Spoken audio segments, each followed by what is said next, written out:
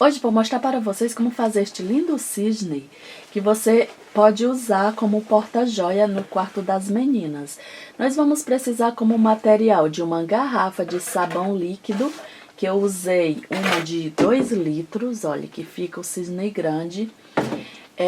Vão precisar de tinta especial que pegue no plástico, linha, e aqui também eu coloquei pailletas na tinta. Vão precisar de pincel, né, para pintar, e o laço são 60 centímetros de fita, e as penas que você compra em qualquer tipo de loja de material para artesanato, tecido, que vocês vão encontrar assim. As penas vocês vão encontrar em lojas de tecido ou de material para artesanato, que é assim, e você vai costurar. Também usei o pirógrafo, você pode usar o pirógrafo ou um ferro de solda, que é para fazer os buraquinhos. Se não tiver, pode utilizar um ferro, esquentar e depois vai furando. E que fica assim. Até a próxima!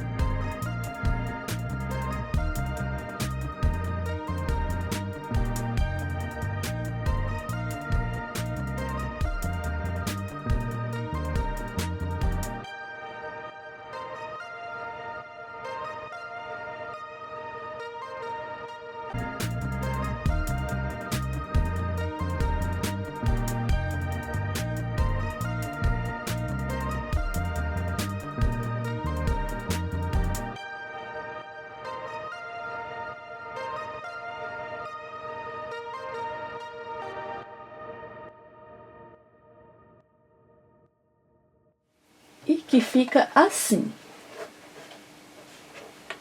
Até a próxima!